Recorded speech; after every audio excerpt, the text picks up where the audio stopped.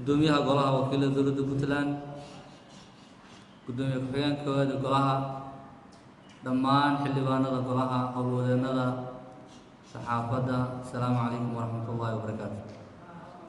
salaan kadib, maanta ay taariikhdu tahay 10 bisha 12 2019 fadhiga 45aad fadhigiisa 23aad. mudane gudoomiye, mudanayaal, kooranku waa 42 mudane, 41 mudane, fasax iyo jiro waa 8, maqnaanshuhuna waa 17. mudane gudoomiye, mudanayaal, gudoomiye ku-xigeenka koowaad ee dowladda golaha wakiilada dowladda Puntland, mudanayaasha golaha wakiilada dowladda Puntland, howlwadeennada musharafka iyo baada saxaafadaba, dhammaantiin waan islaamayaa walaal, waxaan idin leeyahay assalaamu calaykum waraxmatullaahi wabarakaatu. soo wanaagsan mudanayaal, waxaan wargeli doonaa howl maalmeedkeennii iyo shaqada maanta inoo taal. waxaan ugu soo wareejinayaa howlwadeennada si ay shaqada inoo taalla ay inoogu bilaabaan insha allah bilaahi kusoo wada dhammaan xildhibaanada iyo howlwadeennada. asalaamu calaykum waraxmatullaahi wabarakaatu. mudane gudoomiye, waxaa halkan horteyda yaalla warqad ay ku saxiixan yihiin xildhibaano tiradoodu ay tahay 38 mudane, taasoo ujeedadiisu ay tahay mooshin xasaanad ka qaadis xildhibaan cabdixakiin maxamed axmed. waxaa kaloo insha allah ajendaheenii kale inoogu sii xigi doona hawshii guddiga, marka insha allah tanaan guda geli doona haddii la yidhaahdo. kuwa guddoonka golaha wakiilada, kuwa dhammaan xubnaha golaha wakiilada dowladda Puntland. ujeeddo mooshin xasaanad ka qaadis xildhibaan cabdixakiin maxamed axmed. mudane gudoomiye, mudanayaal, waxaan halkan idinku soo gudbinaynaa mooshin xasaanad ka qaadis xildhibaan cabdixakiin maxamed axmed oo u gafay dastuurka iyo qawaaniinta Puntland kadib markii 7 bishii 11 2019 goluhu ka qaaday xilka gudoomiyaha golaha wakiilada ayna xilka uga qaadeen sifo sharci ah. xildhibaanku wuxuu ka hor yimi xilka qaadista golaha wakiilada sida sharciga ah ay ugu sameeyeen, wuxuuna sheegay in xildhibaanadii xilka ka qaaday aan ahayn xildhibaano ay ahaayeen dad la soo ururiyey. wuxuu abaabulay dad isagoo sheegay inuu sameynayo maamul aan ahayn Puntland kana sameynayo gobolada Puntland qaybtood. wuxuu kaloo ku xadgudbay dastuurka dowladda Puntland qodobkiisa 7 ee ka hadlaya dhulka iyo soodeymaha Puntland inay yihiin laba taabtaan. wuxuu sidoo kale xildhibaanku ku xadgudbay qodobka 32 ee dastuurka dowladda Puntland oo ah qodobka sheegaya dhaarta dastuuriga. wuxuu kale sidoo kale ka hor yimi xilkii uu ku dhaartay iyo shaqadii xildhibaanimo ee ahayd matalaadda shacabka Puntland, isagoo taas beddelkeeda sheeganaya burburinta Puntland, ka shaqaynaya burburinta Puntland. wuxuu ku gafay qodobka 163, 212, 213, 214 ee xeelka ciqaabta Soomaaliyeed, wuxuuna sameeyey falal midnimada iyo jiritaanka Puntland liddi ku ah, wuxuuna ku howlan yahay samaynta ururinta iyo majaxaabinta iyo qarandumiska Puntland. wuxuu sidoo kale ku xadgudbay amniga golaha wakiilada dowladda Puntland sida ku cad qodobka 55aad ee xeerasaadka golaha dowladda Puntland, wuxuuna mas'uul ka ahaa dhacdadii golaha wakiiladu ka dhacay 6 bishii 11 2019 dhacdadaasoo sababtay dhaawac iyo dhimasho iyo khasaare hantiyeed kadib markii uu maleeshiyaad iyo jamhad abaabulan golaha wakiilada dowladda Puntland keenay, isla markaana uu diiday baaqii xildhibaanada golaha wakiilada iyo tala soo jeedintii guddiga amnaha golaha wakiilada dowladda Puntland. intaas ayaa warqadda ku qoran. sidaas darteed, annagoo tix raacayna xeerasaadka golaha wakiilada dowladda Puntland oo sheegaya qodobka 19aad ee xasaanad ka qaadista xubinta baarlamaanka, waxaa ku saxiixan mooshinkan xildhibaanada magacyadooda hoos ku qoran yihiin xildhibaan jaamac yaasiin jaamac. waxaan insha allah u gudbi doonaa habraaca kale oo ah sida nidaamka uu yahay iyo xeeroosaadka in xildhibaanku uu joogo kadibna la ogaado inuu saxiixay iyo in kale kadibna loo sii gudbo hanaanka kale sida caadiga ah.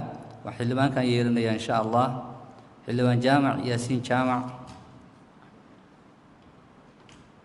xildhibaan sharma arke cali cilmi wuu joogaa, xildhibaan xildhibaan axmed jaamac diiriye wuu joogaa, xildhibaan xaamud ismaaciil xirsi, xildhibaan cabdi siciid kafad, xildhibaan cabdiraxmaan jaabiri samatar, xildhibaan raage saalax cusmaan, xildhibaan cabdirasaaq maxamed saalax, xildhibaan cabdirasaaq maxamed sahal, xildhibaan maxamed cabdi warsame, xildhibaan axmed xariir gaas, xildhibaan cabdiraxmaan diiriye carab, xildhibaan axmed yaasiin cabdi, xildhibaan maxamed cabdullaahi cilmi, xildhibaan maxamed axmed cabdi xaraf, xildhibaan faysal cumar maxamed, xildhibaan axmed jaamac cabdulle, xildhibaan daa'uud nuur muuse, xildhibaan cabdixamiid sheekh cabdisalaan, xildhibaan cabdiraxmaan muuse jaamac, xildhibaan cabdiweli yuusuf warsame, xildhibaan aweys axmed sardheeye, xildhibaan cabdirasaaq xasan ciise, xildhibaan mursal cabdi farasle, xildhibaan mahdi siciid xasan, xildhibaan cabdiqaadir xareed xildiid, xildhibaan cabdixakiin yuusuf xuseen, xildhibaan cabdisalaam guuleed siciid,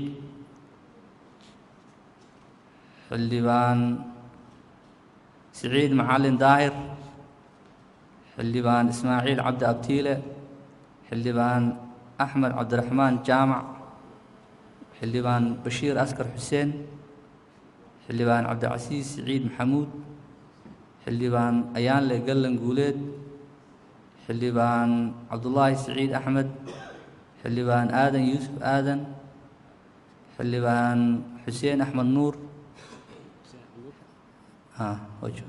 xildhibaan fu'aad abshir axmed. dhammaan mudanayaasha ku saxiixan oo tiradoodu tahay 38 mudane guddoomiye mudanayaal way joogaan golaha mudane guddoomiye mudanayaal mudane guddoomiye kusoo dhawow.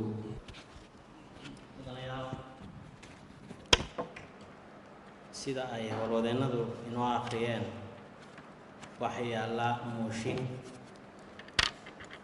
xasaanadka qaadis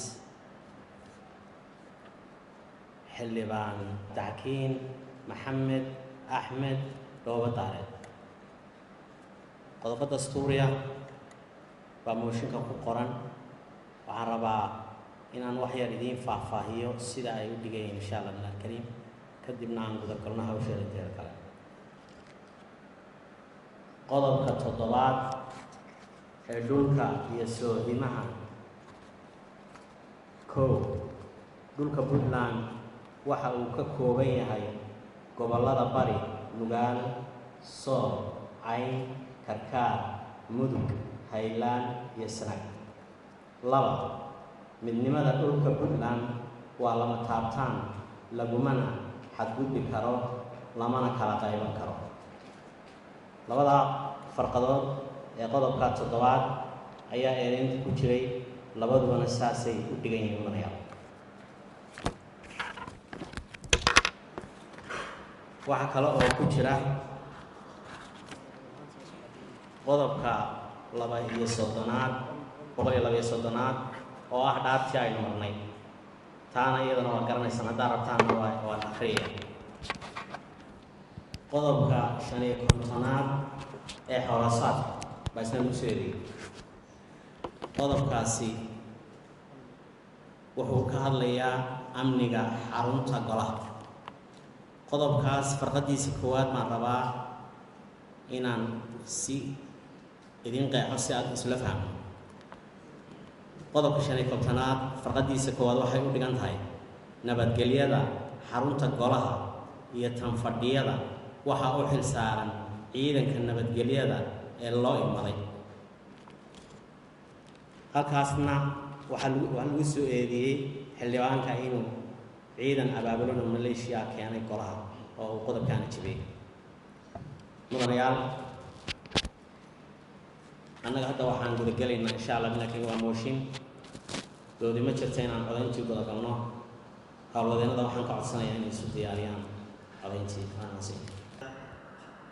yaa ogol in xasaanadda xubinnimada ee golaha baarlamaanka dowladda Puntland laga qaado xildhibaan cabdixakiin maxamed axmed Dhoobadaare?